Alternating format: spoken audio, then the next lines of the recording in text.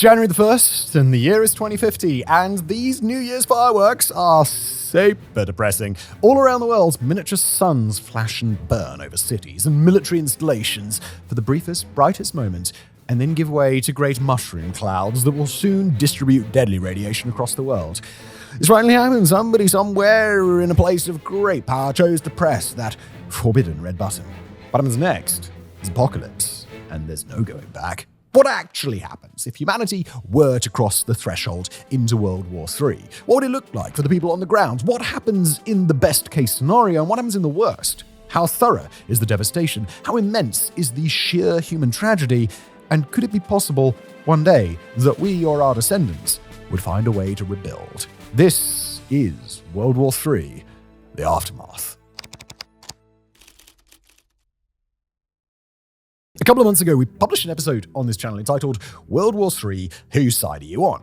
In the hypothetical scenario that we laid out, the NATO alliance between North America and Europe would join forces with Japan, South Korea, India, much of Latin America, and other allies against what we termed an axis of disorder: Russia, China, Iran, North Korea, and a range of smaller nations inclined to join them in their cause. In the South China Sea, on the great battlefields of Eastern Europe, and in the high Arctic, those sides would do battle with the intent to be the last alliance standing.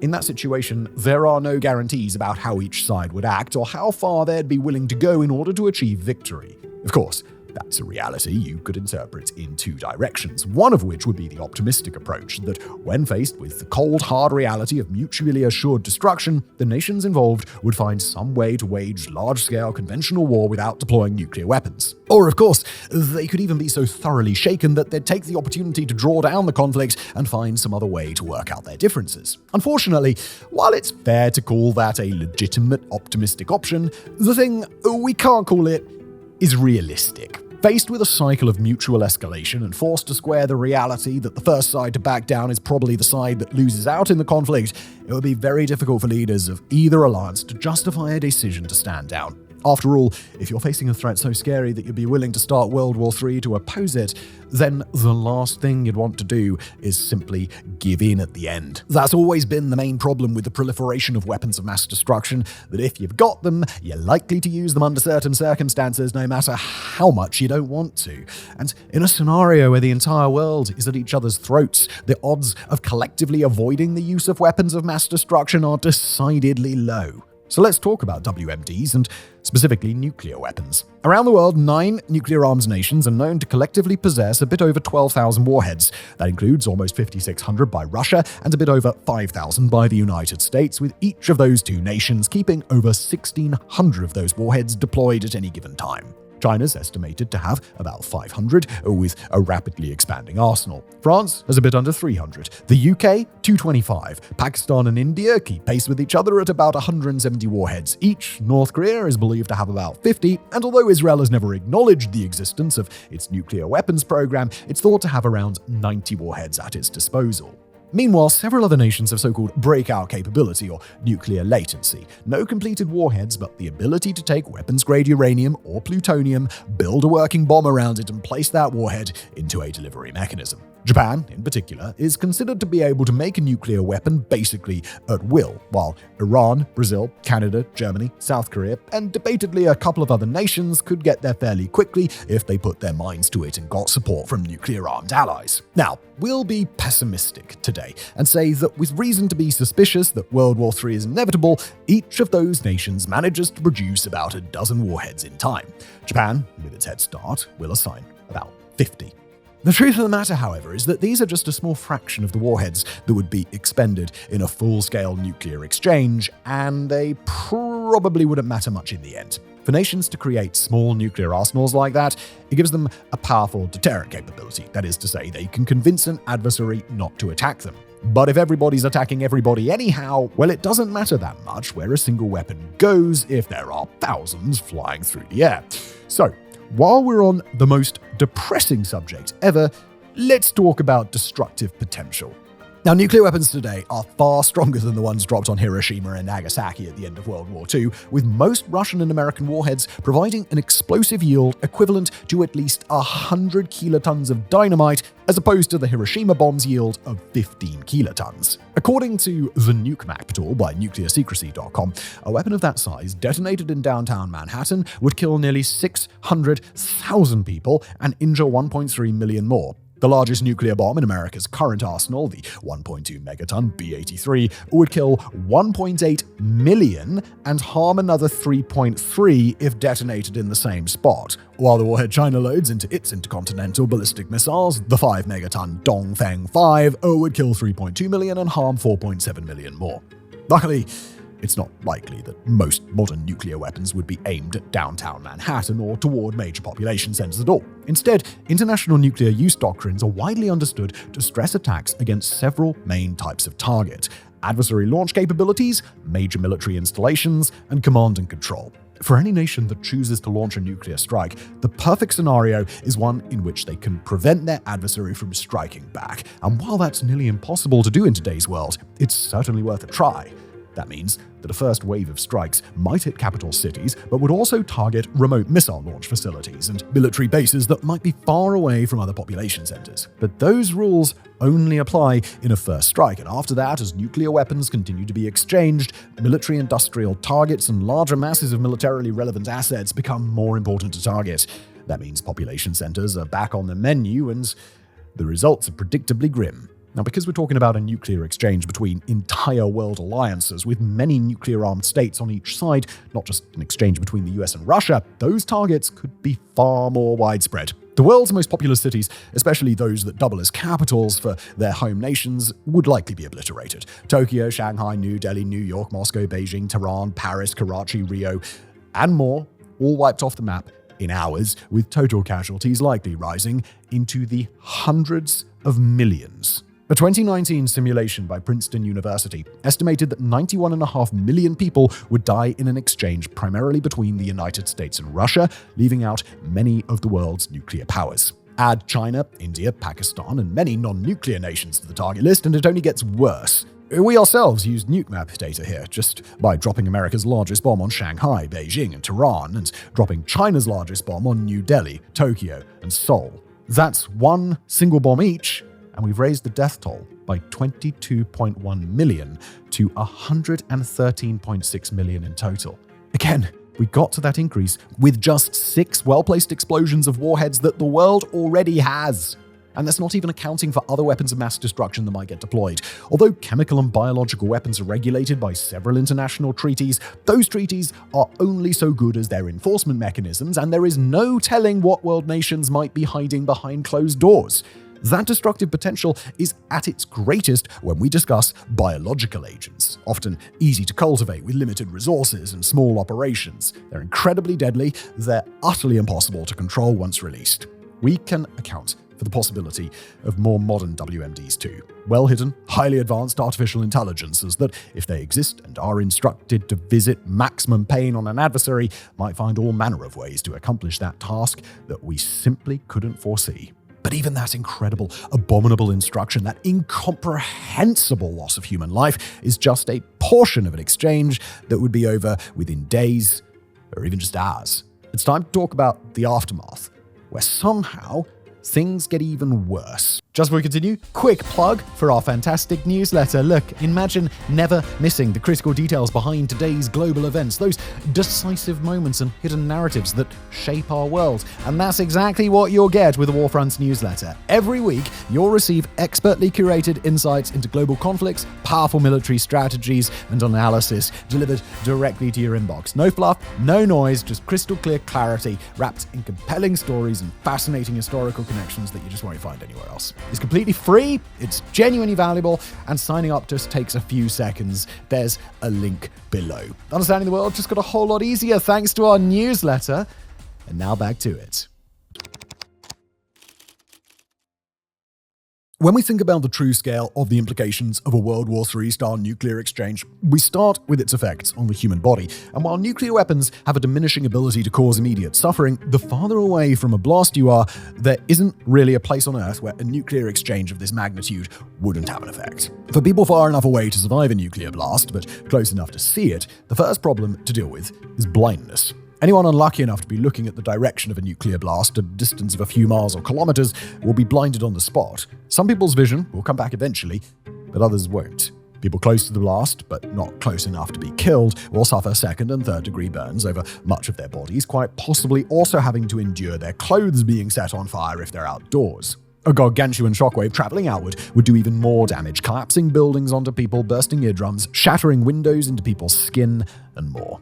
All told, hundreds of millions of more people would be injured in such a massive exchange, and a relatively high proportion would suffer from permanent disability. Then there are the effects of radiation sickness. This is never a pleasant experience, but it's considerably worse for those who receive a heavier dose. People who are in relatively close proximity to a nuclear detonation, especially those who are in the path of where prevailing winds will carry the radioactive fallout, will be blasted with beta radiation from particulate debris. People who receive a larger dosage of ionizing radiation will experience organ damage, bone marrow and gastrointestinal death, and more, with the results of fatal radiation poisoning often taking several exceptionally painful weeks to kill the exposed. Those who survive may sustain nasty lung damage, develop cataracts within a couple of years, or even become permanently incapacitated.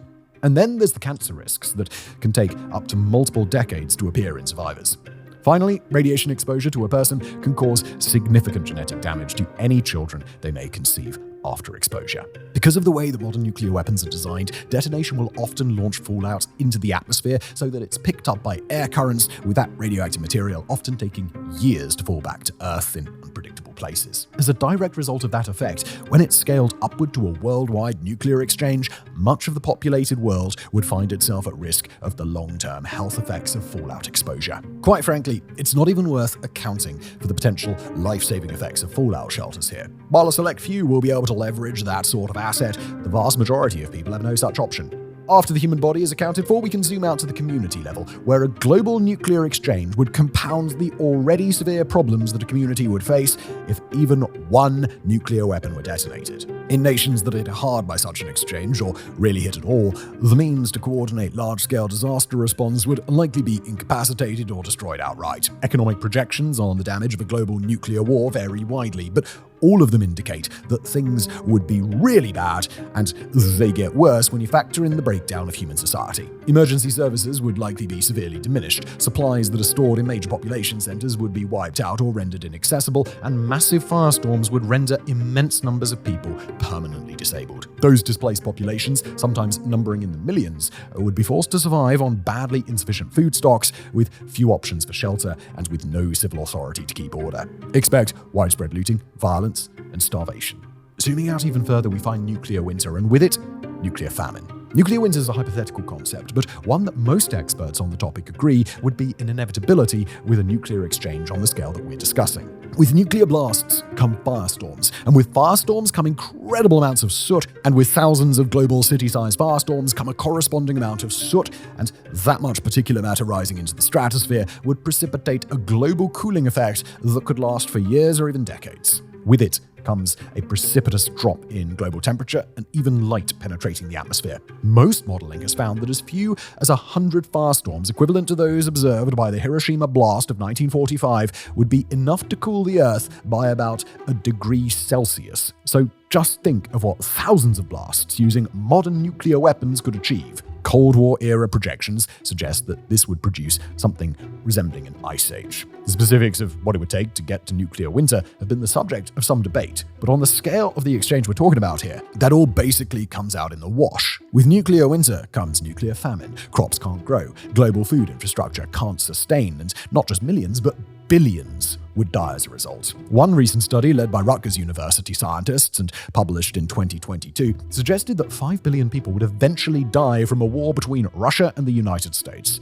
In our World War III situation, where even nations like India, Pakistan, and other places not factored into the Rutgers study would thus be targeted, that figure could come dangerously close to that of the world's population. Not only would the humanitarian consequences be massive, but the capacity for a nation to recover would also be substantially diminished by the erasure of many modern technologies. Detonated at certain altitudes, nuclear weapons can cause large electromagnetic pulses with intense gamma ray bursts, wiping out electronic devices and communication systems, as well as satellites in space. Those are especially potent weapons when used against modern nations with modern technologically integrated militaries and defense bases, meaning that a well-placed EMP for those nations could set back technological progress for generations and cripple a warfighting organization. Given that each of the world's nuclear powers, to varying extents, depends on electronic systems, it's entirely likely that a worldwide nuclear exchange would lead nations to try and exploit this vulnerability against one another, probably using data that's long since been collected to provide precise targeting capabilities. With a smaller scale nuclear exchange, it's possible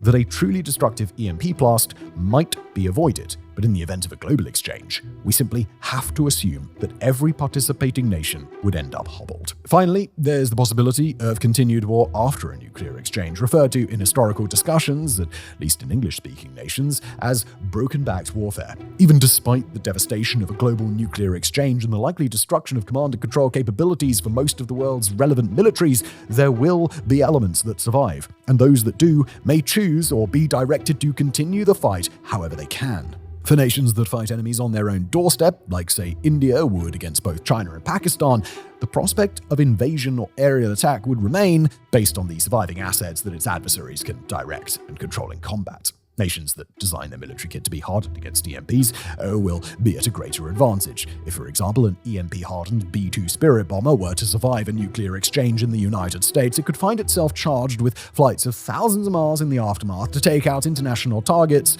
that are thought to have survived. Meanwhile, population centers in the crosshairs would be at extreme risk. Not only would they have limited, if any, means to figure out when an attack was coming, but any protections that civilians might have had before are now gone. The world just chose to engage in a global nuclear exchange. The old rules simply do not apply. In what we can consider at least a small bright spot amidst all this misery, there are at least a couple of places on Earth where we can expect the results to be least horrific. Those locations are usually quite remote, far from any targets of military value, but also located away from major atmospheric air currents that would carry radiation there from other places. Locations in the southern hemisphere generally have a better shot here, both because there tends to be fewer population centers and fewer military targets on Earth the further south you go, and because weather patterns that would transfer atmospheric radiation and debris from north to south longitudinally are less common than those running latitudinally. Australia and New Zealand make the list, and so too do locations like South Africa, Namibia, and Botswana on the African continent. Even better is Patagonia in South America, split between Chile and Argentina. Antarctica is probably the single best place to be, followed by remote locations like Tonga, French Polynesia, Mauritius, or, if you're really lucky, Edinburgh of the Seven Seas on Tristan da Cunha. Self-sufficiency, however, would be a much larger problem compared to places like Australia or Patagonia that might actually do a decent job of holding out. If you're fortunate enough to be there when World War III breaks out, then you'll still be dodging radiation-related cancers for the rest of your days, but in the scheme of things, that's as close to victory as anybody's going to get. There's an old quote that's often attributed to Albert Einstein, though there's no conclusive proof that he ever actually said it. "I know not with what weapons World War III will be fought, but World War IV will be fought with sticks and stones." The core message has to do with the same miserable reality that we've discussed today, that in a total war that uses the full extent of humanity's modern arsenal, the thing that's left behind will be so barren, so thoroughly destroyed that our species will be sent back to the Stone Age. Now, far be it from us to correct a speaker who may or may not have been Albert Einstein, but we would introduce one single counter-argument. If indeed humanity is reverted to a second Stone Age, then there will not be a World War IV, simply because there won't be enough world left to have a war over it. In such a situation, global conflict isn't literally impossible, but if you're back to sticks and stones, then good luck even communicating to someone across the world that you'd like to have a war with them, let alone the logistical impossibility of getting even a single spear-wielding warrior onto their territory. Instead, the next thing that lies waiting for humanity after World War III, after nuclear winter and mass starvation and tragedy on an incomprehensible scale, is Reconstruction. And a Reconstruction so complete that we may as well think of it as a rebirth. Other than a select few societies in places that we mentioned before, like Australia, New Zealand, and Patagonia, where a pre-existing social order might be able to survive and sustain itself, the vast majority of global survivors would have to start from nothing. While we can assume that survivors left in the places most severely impacted by nuclear winter would probably be wiped out, people who live closer to the periphery and could thus eke out a meager existence might be able to survive. Even in those situations, only smaller groups would stand much chance at all. Larger groups will shrink the hard way, constrained by the reality of too little food for too many mouths. Modern ideas like coordinated disaster relief and resource redistribution would be unheard of. After all, in order for disaster relief to take place, somebody's got to be able to come and help from outside a disaster zone. For most parts of the world, such a place simply would not exist. Instead, Reconstruction would likely take place within those relatively small community groups, first finding ways to survive for the long term in a state of sustained nuclear winter, and then eventually beginning to build back after the worst of the hardship would have passed. For a look at that sort of future, we can turn to our past. Although the question of whether we should be thinking in terms of hunter-gatherers, agrarian societies, feudal lordships, or something else will be answered in keeping with the thoroughness of destruction and resource depletion in a given area. In some places, military-led rule may be possible, although that'll be a relatively rare thing, given that standard military installations important enough to be a target are unlikely to have survived. What society looks like once they start to build back may be contingent on what they know. The longer human civilization spends in a battered state, the more knowledge will unavoidably be lost. And as that knowledge ebbs away, elements of Reconstruction will become harder. After enough time, questions like, what country were we once a part of, or what is the rest of the world like, may be answered only in myth. It's not likely that it would take that long to begin a real reconstruction. But the point stands. The longer a period of crisis, isolation, and technology loss will be, the more knowledge will disappear. In places where collective memory of the pre-war can be preserved, or where updates may even trickle in about the status of friendly and unfriendly survivor groups, it would likely be easier to build back some semblance of larger civilization. For groups who are completely isolated, or who may have been among the only survivors in their area, that process of rediscovery may take far longer. What a new civilization would look like in the aftermath is an open question. But make no mistake, it would be a new civilization. Even if it were built by people who were knowledgeable, experienced adults when World War III broke out, those people would never be able to fully recreate the world they lost within their own lifetimes. Some skeletal echoes of modern life may prove useful, roads, bridges, and indoor shelter, but it would take many generations to build back infrastructure or industry to a level that could even remotely compare to that of the industrial age. Longer still to globalize and form trade networks, and potentially even longer than that for there to be enough human beings to repopulate lands that used to be called nations. By that time, names like America, China, Russia might refer to gods of mythology with their true origins long since lost to history and only just starting to be rediscovered. Old knowledge will still be out there, waiting in written volumes in digital forms, but it'll have to be discovered and possibly even decoded by people whose languages may no longer even resemble our own. Almost certainly, our modern knowledge would survive in bits and pieces. A perfect understanding of germ theory, for example, in a society where a transistor radio is unheard of, or a detailed recollection of how to build a nuclear power plant carried by a people who've long forgotten how to make a string instrument. But a more complete understanding of the world and of the path toward modern civilization will come slowly, and the path such a civilization ultimately chooses may not resemble our own. Eventually, many generations down the line, World War IV might once again become a possibility. But in order to get there, this human species that used to comprise a whole world will have to find a way to become that world again. To say that the aftermath of World War III is destruction, it undersells the reality by many orders of magnitude. The aftermath of World War III is devastation, nearly absolute, with no promise that any person could survive the long and painful ordeal that comes next. This is a prospect that humanity could realize today, in this hour, in this minute. And sadly, there are nowhere near enough systems in place to guarantee that humanity won't go down this path. But to understand a terrifying future is to come just that little bit closer to avoiding it. And perhaps that's the best that we can do. Thank you for watching.